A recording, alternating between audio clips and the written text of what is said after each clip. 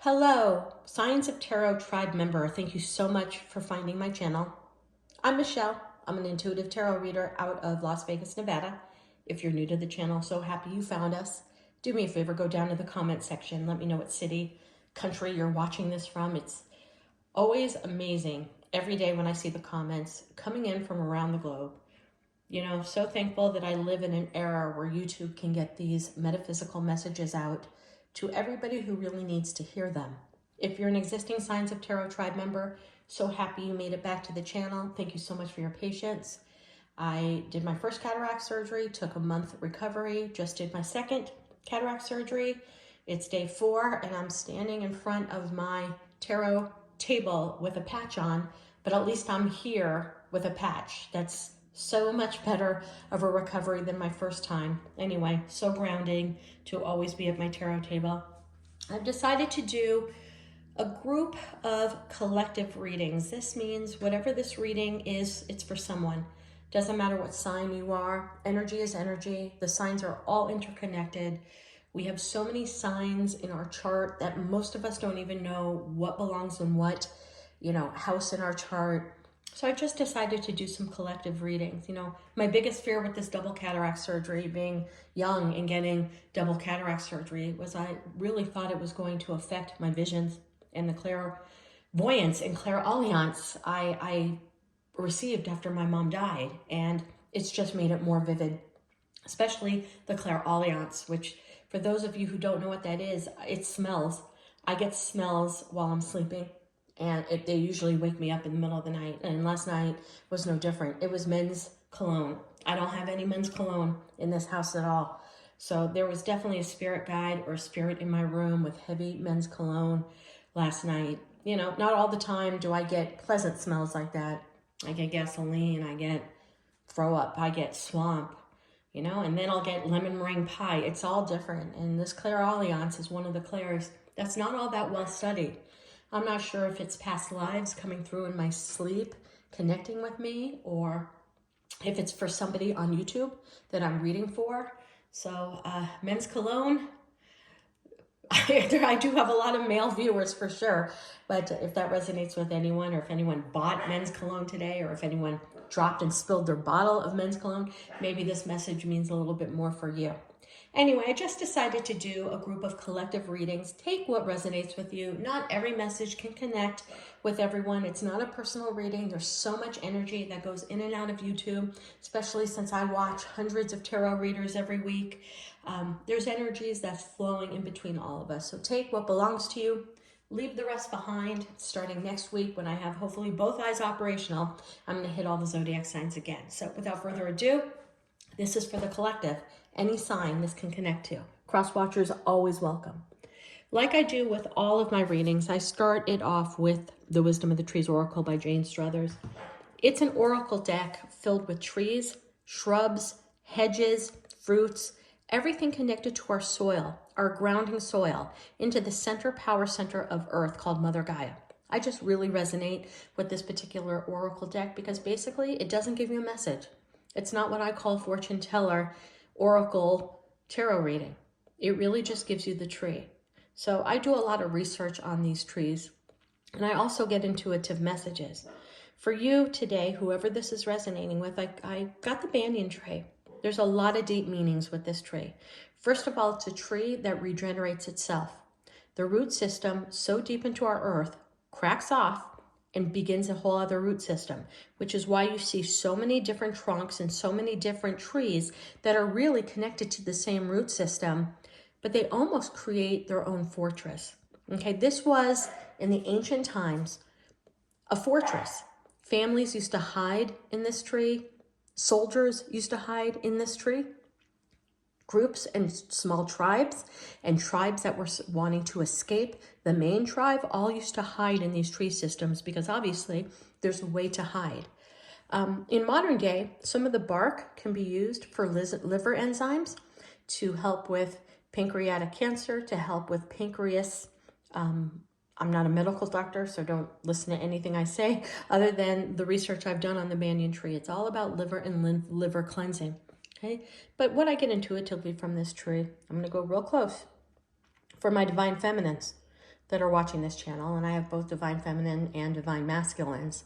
And by the way, the divine masculines are the ones that comment the most, just FYI. This to me is the central sexual area of a female, being completely closed off, purposely closing yourself off sexually, closing yourself off emotionally, almost barricading to not let anyone's emotions or anyone in to touch, feel, or connect with you. So I don't know who that is resonating with right now. It's a beautiful card, but let's dive into the tarot. The cards are already out. Because if you hear in the background, Rigby, Eleanor Rigby, and Lady Madonna, my dogs, tend to bark when I start doing my tarot readings on YouTube because they think I'm talking to someone, which I am. I'm talking to spirit, but I had to shut off my last video because the barking got so loud you couldn't hear me. So I left these cards up because I think they're extremely important cards. The overall we got, which I pulled from the bottom of the deck, is Three of Wands. Then we get the High Priestess, Seven of Cups in reverse, Magician up, Moon down. Ace of Pentacles down, Five of Swords up, love that card up. The Emperor, Queen of Swords down, 10 of Wands up. To get the Magician, the Emperor, the Queen of Swords in reverse next to the 10 of Wands, that's its own micro story. And we ended with the final card, which is the beautiful Two of Cups. All right, so many messages, many different storylines. This is just not going to be one particular storyline. Put yourself where you fit, take what resonates with you, and hopefully this will help you with some additional spiritual guidance. We open up with my favorite card. In fact, I'm getting this tattooed on my ass. It's the Three of Wands. Love this card. I kind of read it differently than most. Three of Wands. Wands are all about passion. And you can see he has selected the passion most far away from him to embark upon a new journey. Some tarot readers say this is your ships coming in. I honestly don't believe that. I believe this is the beginning of a whole new journey. This is the only card in the Rider-Waite where the protagonist is facing the sun, facing clarity. The rest that have the sun in the background, it's because they've gone through the sun for clarity. Not the Three of Wands. You're facing it. This to me is the first step into the Dark Night of the Soul experience. Now, for those of you who don't know what the Dark Night of the Soul experience is, you've been drawn to tarot on YouTube because of this experience. I'm going to ask you to go on and Google it. It was a poem from the 1500s that really explained spiritual awakening, spiritual leveling up, becoming one with who you are, letting go your ego, building a whole new value system for yourself, and moving forward to live your best life ever. That's basically what the Dark Night of the Soul experience is. I went through the Dark Night of the Soul 7 years ago. It was a 5-year experience, and I want to say now I'm into it 7 years, and I'm not quite done. This is the card that reminds me of the ultimate Dark Night of Soul experience that everyone can understand and relate to, which is the story The Wizard of Oz. How naive, codependent, didn't feel she had any value or sense of worth, Dorothy starts her first step on the yellow brick road, meets new people, attacks obstacles, beats the witch, beats disappointments, and comes through as a wiser, more prolific Dorothy who will never be codependent and knows she can do it all on her own. That is the story of the Dark Night of the Soul to the T.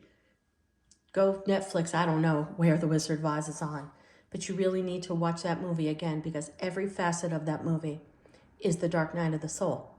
See, this is the first step on that yellow brick road. The wonderment, the not knowing what you're going to walk through as you walk through the sun. You know why? The sun's about clarity. You're going to see yourself as the shadows. What are shadows? Programs from our childhood, negative thoughts we've had about ourselves, negative confidence that we've had about ourselves, fears that we're afraid to overcome, fears that we have revisited time and time again and do the same goddamn thing over and over and expect different results. This is the first step walking on that yellow brick road, walking through the sun for clarity. Does it hurt? You betcha. Going through that Dark Night of the Soul was the most painful experience. I changed my whole life. Left my marriage of 25 plus years, left my profession that I was very highly regarded in for 30 years to read tarot full time. because I know who I am, and I know that I've been set on this path for the rest of my life to help people become a healer and redirect and re-guide people as I re-guide myself. This is the first step on that yellow brick road, and you're taking the farthest passion. That means you want to learn the most about yourself, your value system, and who you are as you embark upon that journey. The High Priestess is the woman who knows all but tells nothing, but is highly guided by the universe. The dark night of the soul is guided by the universe. Usually it starts with a broken heart or the realization that you weren't treated properly. It's when you're at your lowest moment, when you say, I can stay at this low moment because it's comfortable and I'm miserable, and sometimes being miserable is comfortable, or I can crawl the fuck out of the rabbit hole, one step at a time, knowing I'm going to slip down a few steps and I have to rebuild. But at some point you will get out of that rabbit hole. This is divinely guided. The dark night of the soul experience is divinely guided. It is redirecting your course to be where you are supposed to be with the right people. And you betcha, a lot of people in your life will be left behind because you've outgrown them. Not because you don't love them, not because you don't care about them, not because you don't have fond memories and experiences. Only because, and you can still have that in your life. But the people who are bringing you down and not allowing you to explore who you are and become the person you're meant to be. Yeah, people come and go out of your life. Places come and go out of your life. Situations come and go out of your life. Professions come and go out of your life. Ways of thinking come and go out of your life. All divinely guided. There's so much to talk about with this beautiful High Priestess. But I'm so sorry about my dogs, but I'm on a roll and I do not want to stop this video. The bottom line is she is divinely guided. Messages, synchronicities, patterns. Whenever you see 1, 2, 3, 4, 3, 3, 3, 4, 4, 4, whenever you see that, stop. What am I thinking about? It's the universe telling me I'm on the right path. Okay? You have many, many... okay, I'm going to go give my dogs a bone, so give me 1 second.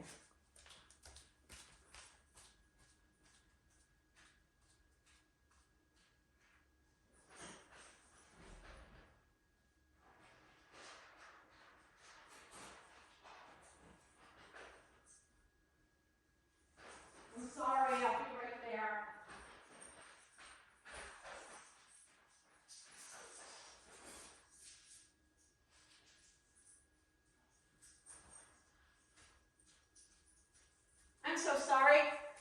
I finally ordered a camera system that I can put a pause so I don't have to restart and do these videos again because of these damn dogs. I love them. They're crazy Pomeranians, but when they hear me talking into my camera, they think somebody's here.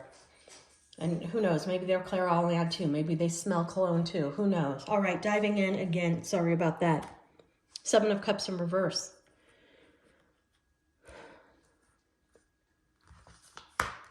Yeah, the typical reading of that card is chaos, coming out of chaos. It's also many, many choices, many, many options in love, online dating. There's a lot of traditional readings for that particular card.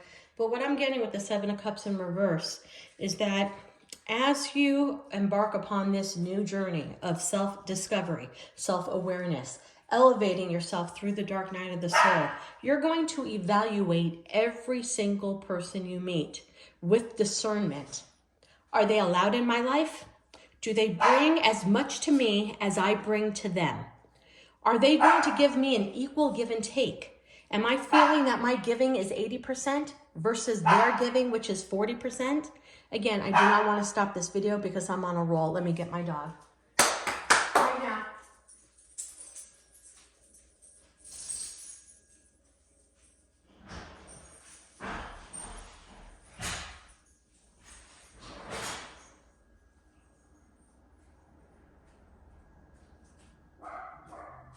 I'm so sorry, collective. I'm so sorry. The dogs just won't stop. To me, you're going to look at every single person you meet along your new path with discernment. Are they allowed in my life? Are they not allowed in my life? Are they going to give equal give and take? Are they going to give into this relationship? Could be love, could be friendship, could be work relationship, but no longer are you going to be the sitting doormat. That's the first lesson you're learning as you embark upon this dark night of the soul journey. The beautiful card next to you, and I love this, Yes, not everyone's allowed in your life. And if you're an empath like I am, you allow everyone in to soak up all of your energy, and then they usually flit away because they took your energy. No way, you're done. Only the few who are allowed to be in your life will be able to be in your life. Magician, first card in the tarot deck. The Master Manifester. You're manifesting this. You know, good for you. You're making the choice that you want out of the rabbit hole and you want to figure out the best life ever for yourself and a value system for yourself. The Magician can make anything happen, and it's magical. And I'm getting that many people are going to cross your path this year. Many. Dating, friends, job opportunities, investment opportunities, new neighbors. Many people are, and you're manifesting all of these people in because you yourself want to learn the lesson of meeting people and saying, you know what, you're welcome in my life, you're not welcome in my life. And no, you don't have to be ultra bitchy in that manner for that. But what you need to do is really evaluate if that person brings an added asset to your life. Because I know whoever's watching this, you bring assets to anyone's whose life that you come across. Now you need that return to you. You have the ability of manifesting everything in your life. My second card of clarity, the Moon in reverse, is all about seeing things realistically. Again, that is chaos. That is deception. You look at the moonlight and you think beautiful, majestic, but what the hell's going on in the other 90% of the dark shadow of the moon that you can't see? You got this card in the reverse, and you are manifesting clarity in your life. You only want clear and concise situations coming into your life.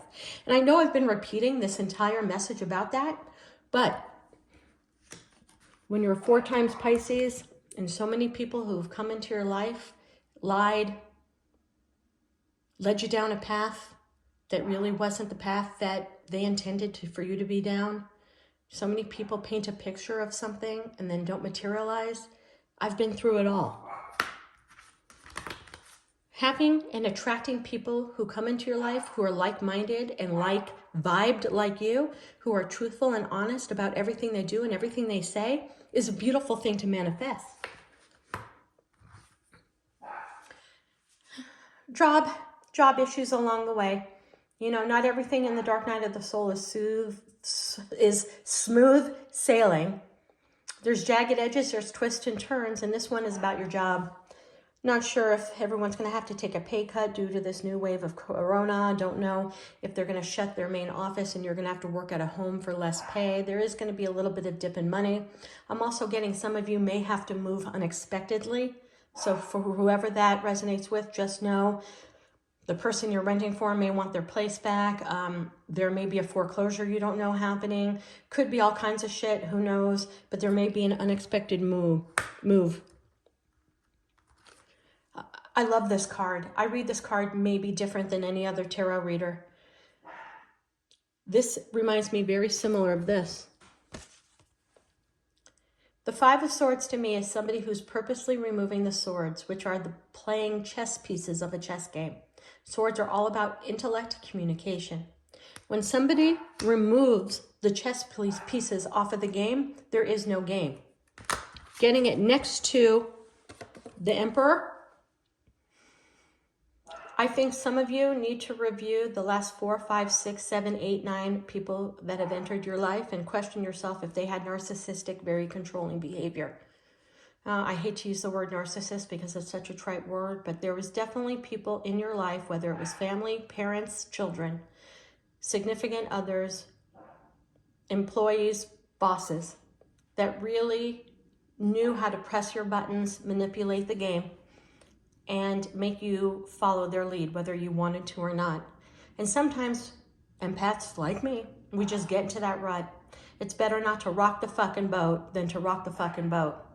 And you get into this pattern of living underneath somebody else's control, involuntarily, because you don't want to rock the boat. Because the few times you've tried to rock the boat and stick up for yourself, they manipulate you so bad that it's just easier to say nothing. Well, fuck that. You're getting out. And if you're not getting out, allow this reading to help you, be the catalyst to help you get out. The best way to win against somebody controlling is to not play the game. Let me repeat that again. The way to beat a narcissist The way to beat somebody controlling is to remove yourself from the game. See, a narcissist, a controlling person like the Emperor, they want to win at all costs. They don't even care what they're winning. They don't care what they are winning. They just want to win. For that momentarily boost that they won. You can't win if somebody else doesn't play. This is removing the swords from the war, so there is no war. There cannot be a war without swords. And this is removing the swords. You're removing the pieces. No Monopoly pieces, no game. Let me read that again. You will never beat a narcissist. The only way to beat a narcissist is to detach yourself mentally and emotionally 100% and leave the game. Yes, the only way to beat a narcissist is to leave a narcissist behind. There is no way you can live with somebody that controlling, that pulls every one of your marionette strings to the point, well, I have to wake up at 5:30 because he or she wants to wake up at 5:30 and they're upset that I don't. Anyone who manipulates your time of how you come and go in this one life that you have is a narcissist, is a controlling being. You're breaking free because the only way for you to break free is to not play the game. Period. It's a lot of years of therapy coming through on this tarot read. Queen of Swords. It's a little bit of you, whether you're a guy or girl, doesn't matter. The Queen of Swords is somebody who's not really speaking their mind. In the reverse, the Queen of Swords in the upright is somebody who speaks their mind, cuts people off at their kneecaps, tells them to go fuck themselves, and doesn't care what the outcome is. This is somebody who is not afraid to speak. Again, swords are all about communication, intellect, and internet. This is somebody who's watching on the internet. You got this in the reverse. You're a little bit subdued right now. Once again, and I'm very sorry, I have to let my dogs in. Hold on.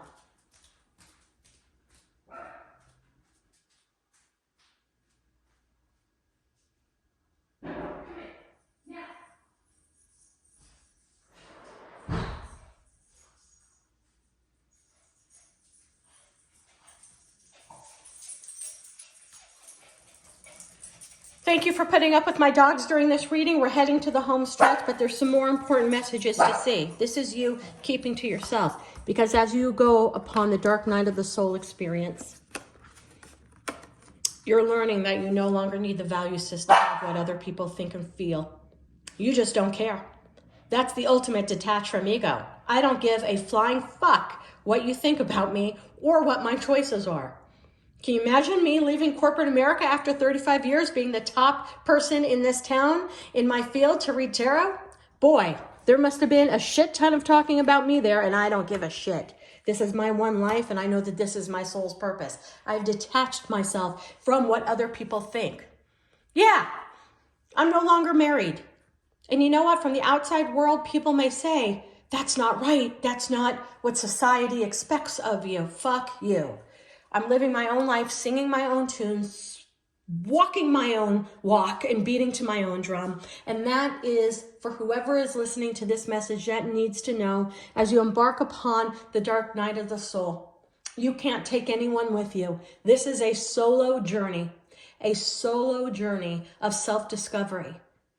Breaking free from shadows, breaking free from patterns from your childhood, breaking free from doing things the way you've done it all the time, breaking free from so much controlling people. I mean, that's what there have been more than one controlling person in your life. This is not somebody who just connected with somebody who was controlling. This is someone who is attracted, controlling people your whole life, and you're breaking free, and I could cry.